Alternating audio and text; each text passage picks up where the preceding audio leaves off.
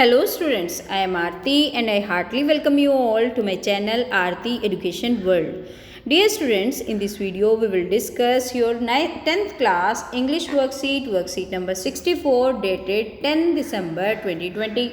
Students, आज की जो आपकी इंग्लिश की वर्कशीट आई है वर्कशीट नंबर 62, उसमें आपकी जो फर्स्ट फ्लाइट बुक है आपकी उसमें से चैप्टर 7 है ग्लिम्पसेस ऑफ इंडिया और इसके 3 पार्ट हैं, फर्स्ट, सेकंड और थर्ड। जो फर्स्ट पार्ट है उसमें आपको अ बेकर फ्रॉम गोवा जो है आपका और जिसको आज हम पढ़ेंगे और समझेंगे, और सेकंड जो पार्ट है उसमें आपको क्रूग एक एरिया है उसके बारे में बताया गया है, और जो थर्ड चैप्टर है उसका नाम है टी फ्रॉम असम जिसमें राजीव और प्रांजल की कहानी है।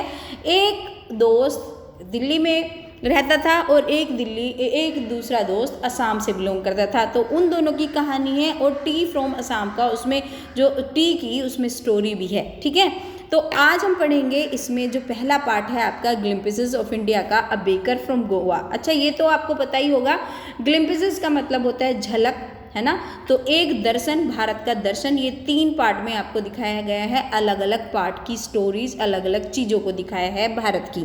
तो ग्लिम्पसेस ऑफ इंडिया यानी कि भारत की झलक। तो हम पहले पार्ट में देखते हैं अ बेकर फ्रॉम गोवा। इसमें ये एक्सट्रैक्ट आया है आपकी बुक से, ये आपको पढ़ना है और इसको अच्छे से मैं आपको समझाऊंगी भी, उसके बाद हम करेंगे इसके क्वेश्चंस के आंसर। तो चलिए देखते हैं। The laws were board by some Paskin और बेस्टाइन, कि जो लॉज हैं वो लाई जाती थी किसके द्वारा, कुछ पास्किन के द्वारा और कुछ बेस्टाइन के द्वारा।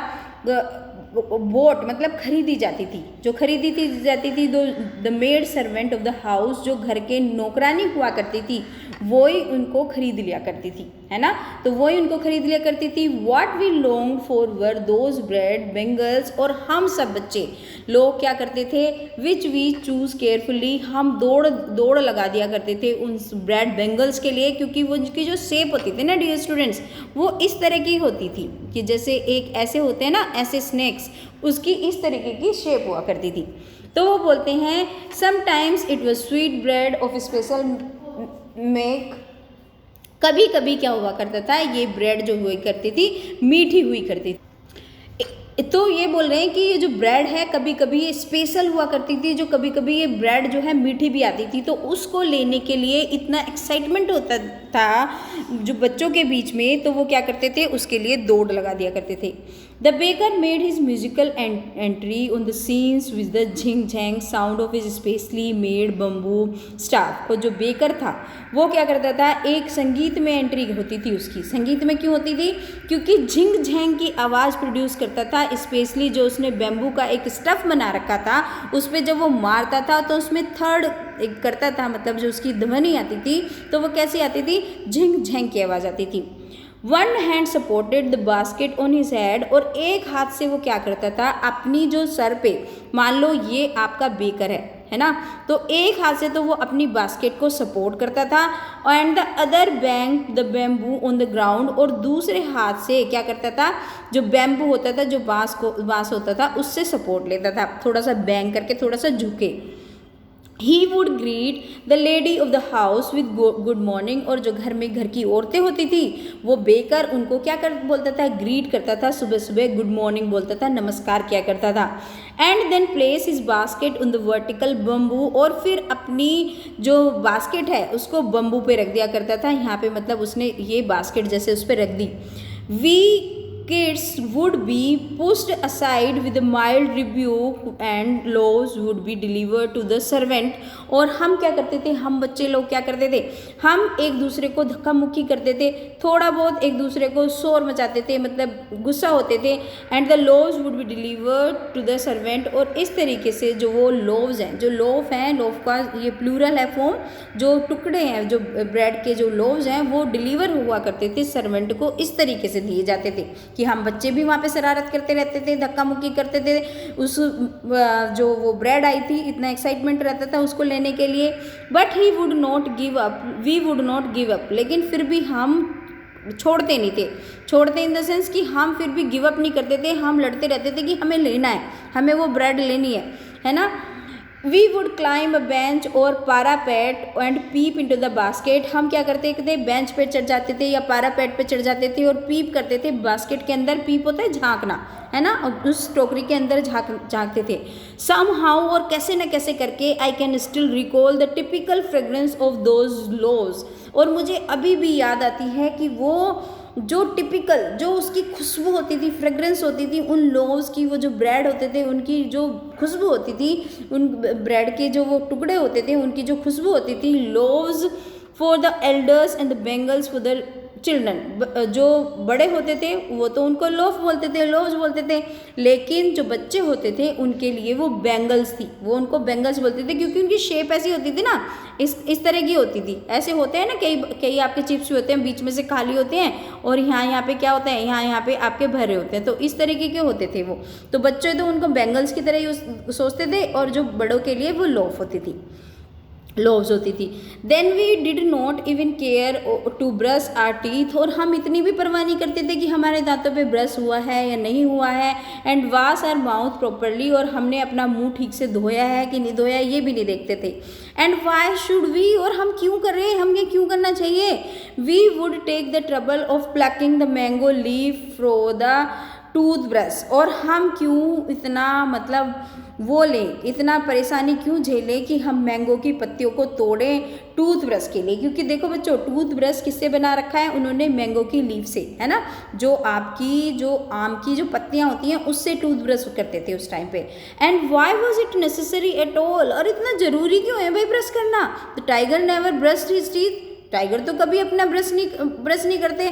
आपने सुना होगा बच्चों, जब कहावत है, हमारे गांव में तो थी ये कहावत, जब हम छोटे थे तो अगर हमें कुछ नहीं करना होता था तो हमारी दादी भी हमसे प्यार करती थी, तो वो ऐसे बोल देती थी कि शेरों के मुंह किसने धोए हैं, या चीतों को कौन हिलाता है। तो इस तरीके से हम भी बोल देते, ये भी बोल रहे हैं, ये कहावत है कि क्या कभी टाइगर भी कभी ब्रश करता है, तो हम क्यों करें। Hot T cold wash and clean up everything so nicely after all, और जब हम गरम गरम चाय पियेंगे तो वो अपने आप साफ कर देगी सब कुछ, है ना, वॉश कर देगी, क्लीन अप कर देगी, एवरीथिंग सो नाइसली, बड़े अच्छे तरीके से, आफ्टर ऑल बाद में तो वही साफ कर देगी। तो वो ये बोल रहे हैं कि हमें क्या ज़रूरत है ब्रश करने की या मैंगो लीफ तोड़ने की ब्रश के लिए, हम नहीं कर रहे इसको, ठीक है। तो ये हो गया आपका एक्सप्लेनेशन। अब देख लेते हैं इसके क्वेश्चन आंसर्स। पहले तो छोटे छोटे आपके एमसीक्यू दिए हैं। What produce the jhing jhang sound, तो बच्चों बेल लगी थी बम्बो पोल पे, नहीं, ये भी आपका रोंग है। Coins in the lady purse, नहीं, जो पर्स में कॉइन की भी आवाज़ नहीं थी। ड्रैगिंग ऑफ बेकर बास्केट, ये भी नहीं। थर्ड ऑफ द स्टाफ, जो उसका बम्बू का उसने स्टफ बना रखा था, उसकी में जो थर्ड की आवाज़, जो झिंग झैंग की आवाज़ आती थी, वो इससे आती थी, इससे प्रोड्यूस होती थी। तो आपका इसमें D option will be the correct option. अच्छा, अब सेकेंड क्वेश्चन में पूछा है mark F against one statement that is fact. आपको एफ लिखना है जो भी आपका फैक्ट है। Children bought the loaves from the baker, क्या बच्चे जो खरीदते थे लोव्स बेकर से।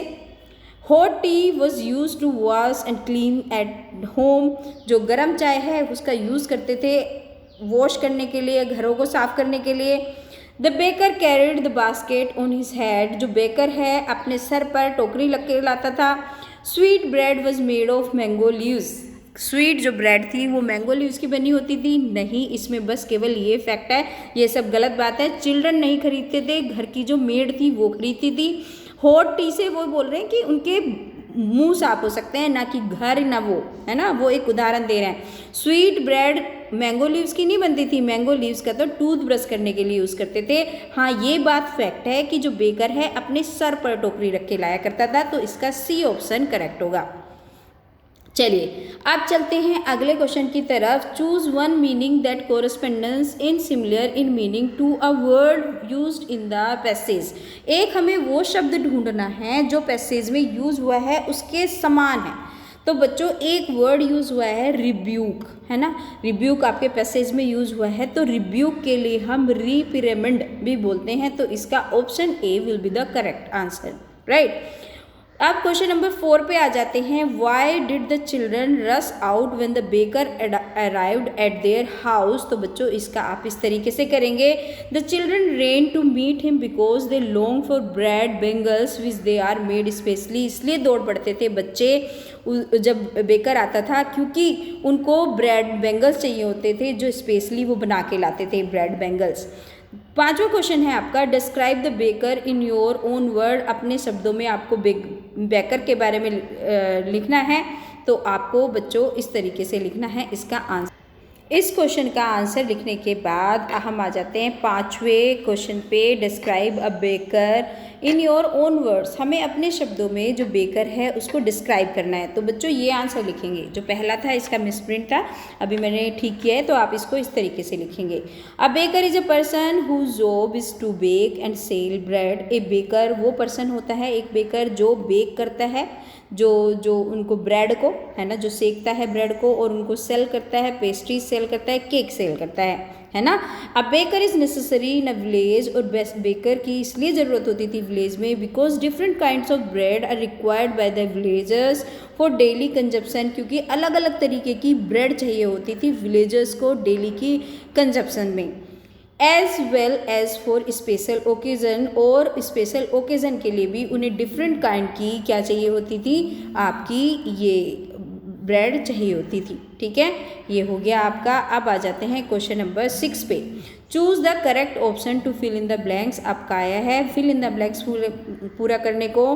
तो आपको इसमें मैं यहीं पे बता देती हूँ आपको, आपकी वर्कशीट में ऊपर ही यहाँ पे आ जाइए आप वर्कशीट में, यहाँ पे देख लीजिए। दोज ईटर्स ऑफ लोव्स, इसमें आपका आएगा वो ईटर ऑफ लोव्स क्या हो गया, माइट हैव वेनिस्ड। तो इसमें आपका जो ये पहले वाला है ये आएगा आपका यहाँ पर।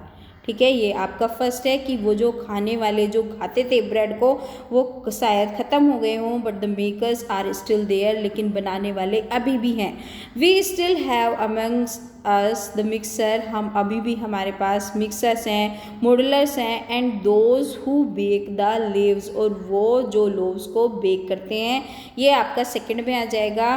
Those as old time tested